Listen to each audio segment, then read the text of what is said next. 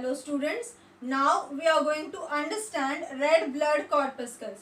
As we know, there are two main components of the blood, that is blood plasma and blood cells or formed elements. So from these formed elements, one of them is the red blood corpuscles or RBCs.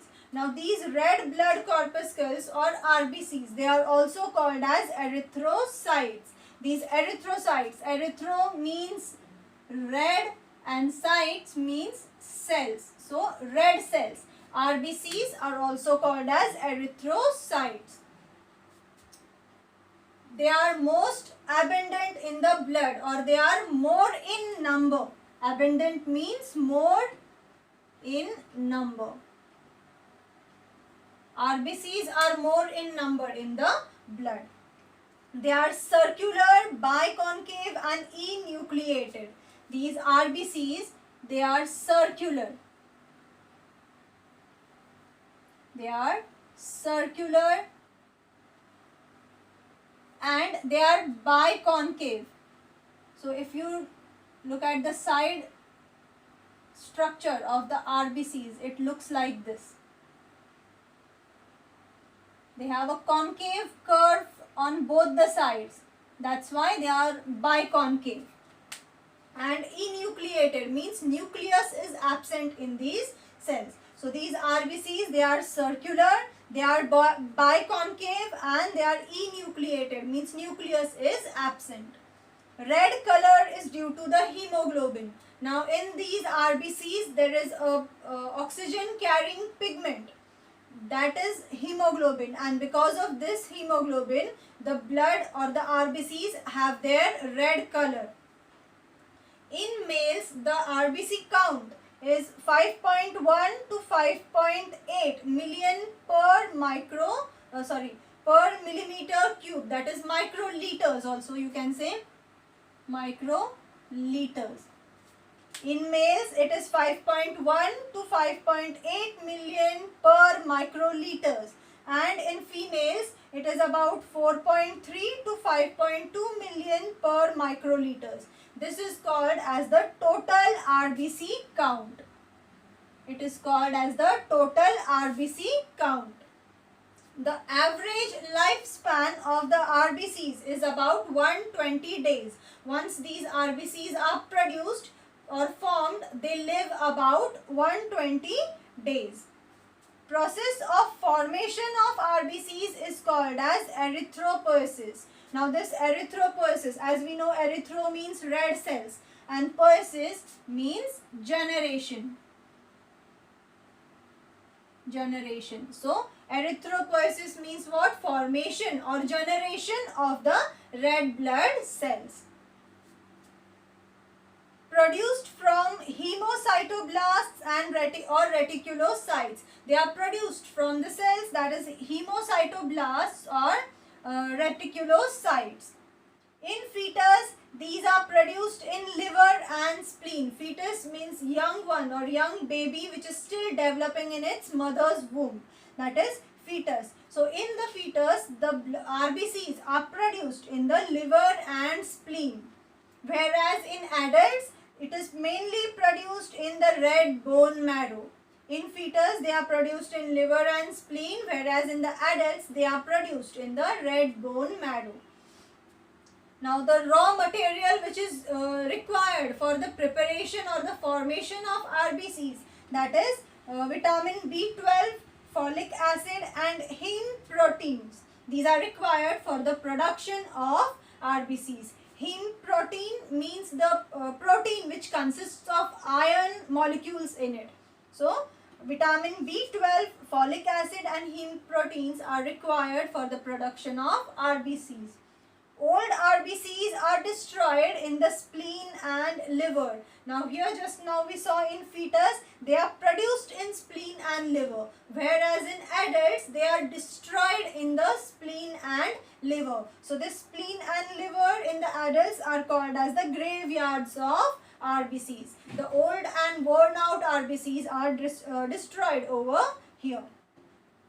Increase in the number of RBCs is called as polycythemia. Now when the RBCs in your blood, they increase, the number of RBCs when it increases, that situation or that condition is called as polycythemia.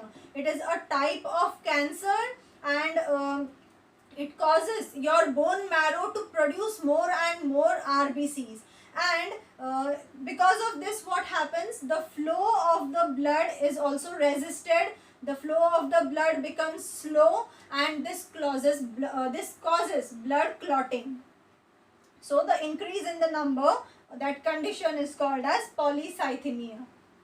Decrease in number of RBCs is called as erythrocytopenia. Now this erythrocytopenia, it literally means the low count of RBCs.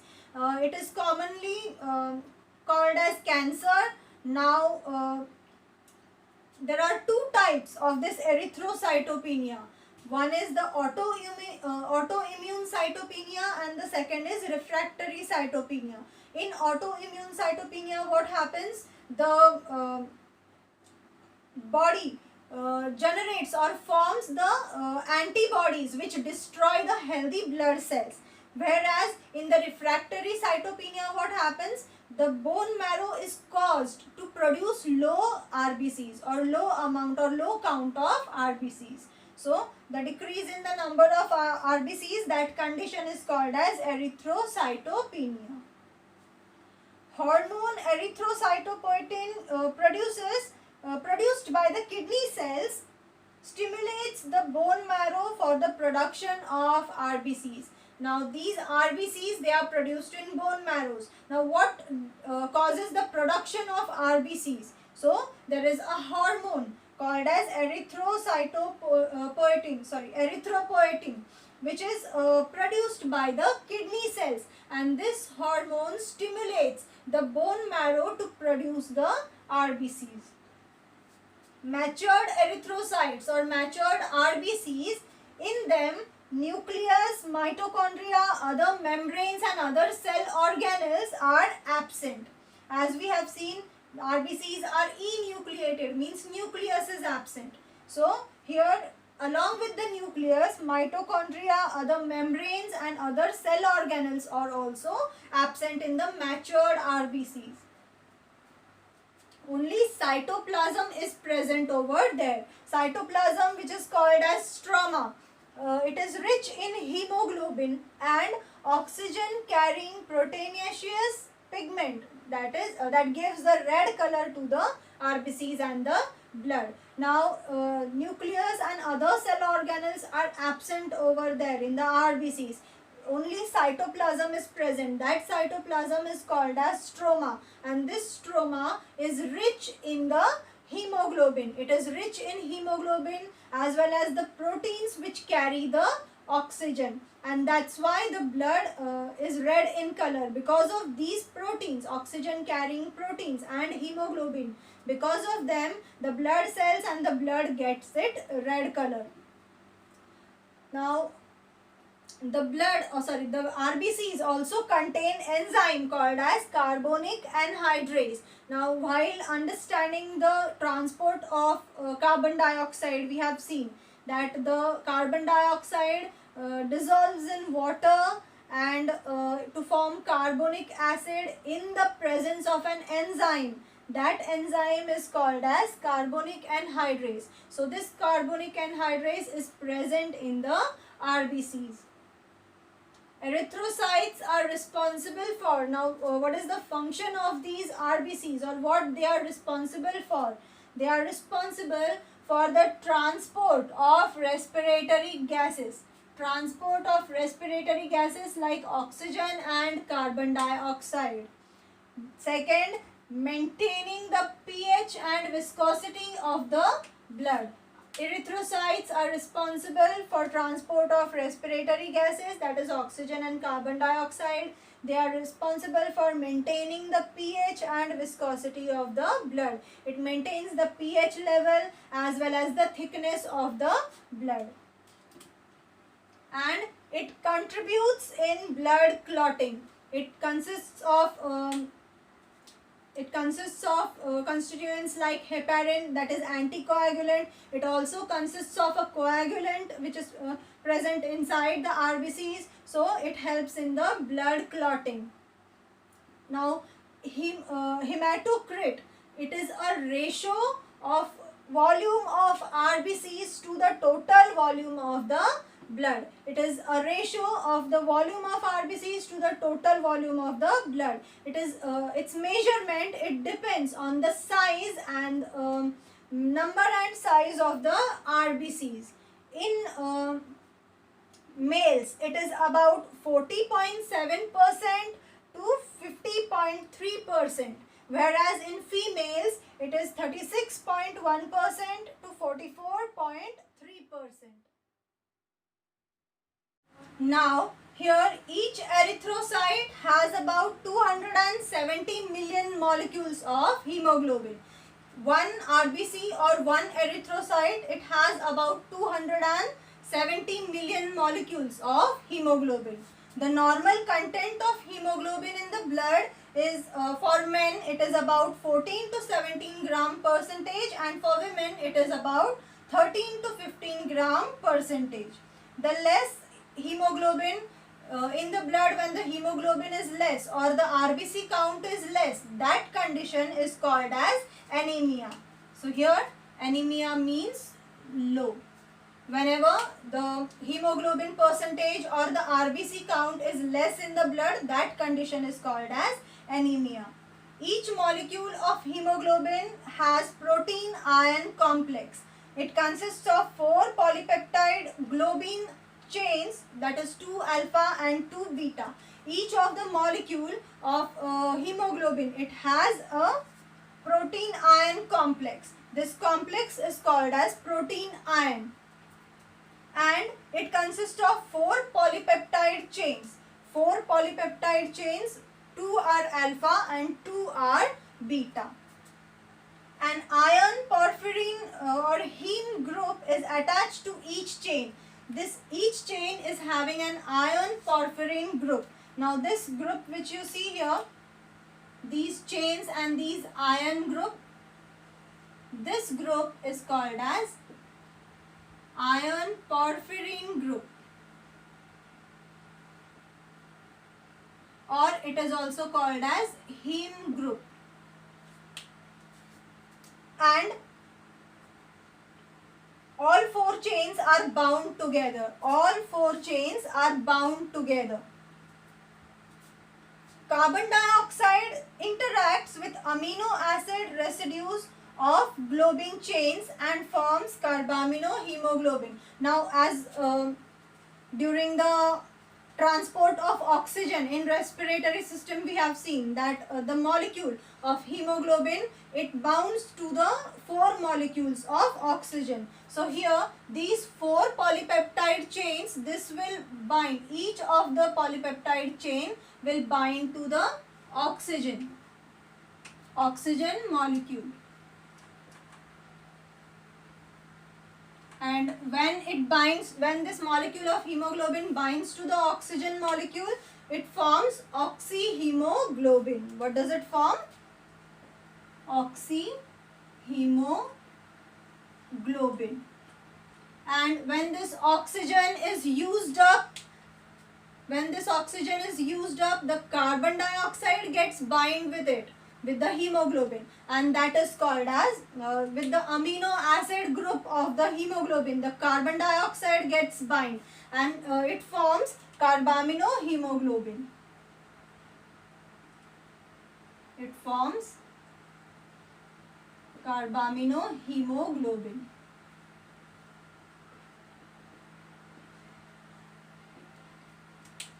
So, carbon dioxide interacts with the amino acid residues of the globin chains and forms carbaminohemoglobin. After the hemolysis, that is breaking down of hemoglobin, after hemolysis, hemoglobin is broken down, and the globin part, this black colored round structure which we have drawn here, this globin part, it is also broken down to recycle the amino acids which are present in it. the amino acids which are present in it to recycle those amino acids, this globin part is also broken down. Iron of heme group is stored as ferritin in the liver. So this iron molecule from the hemoglobin or heme part, this heme group, it is stored in the form of ferritin. It cannot be stored in the form of ferrous, it cannot be stored in the form of ferric. So it is stored in the form of ferritin in the liver. And porphyrin group is converted into green pigment called as biliverdin. Now this porphyrin group, iron is removed out from it and it is stored in the form of ferritin in the liver, and the remaining porphyrin group which is there, this porphyrin group, it is converted into a green colored pigment that is called as biliverdin, and then this biliverdin is converted into red orange colored pigment that is bilirubin, and then these are added into the bile and they are removed out of the body. In the liver they are added into the bile and then they are removed out of the body. So this is how the structure of hemoglobin is, and this is the content of hemoglobin in the blood. For men it is 14 to 17 grams, for women it is 13 to 15 grams, and each erythrocyte, each RBC contains about 270 million molecules of hemoglobin. And hemoglobin is a protein ion complex which has 4 polypeptide chains in it, and these polypeptide chains, they are having iron and porphyrin group in it. Iron and porphyrin group is attached to each chain, and each polypeptide chain binds with oxygen to form oxyhemoglobin. When that oxygen is used up, the protein or the amino acid content which is present in the globin part, that protein or that amino acid, it binds with carbon dioxide to form carbaminohemoglobin.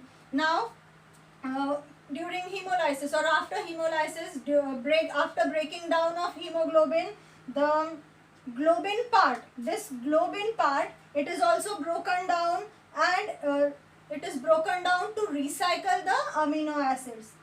Iron which is in the globin part or in the heme part, that iron is stored in the form of ferritin in the liver, and the porphyrin group which is remained, this porphyrin group, it is converted into green pigment that is called as biliverdin, and then it is converted into red or orange pigment that is called as bilirubin, and afterwards these are added to the bile and then they are removed out of the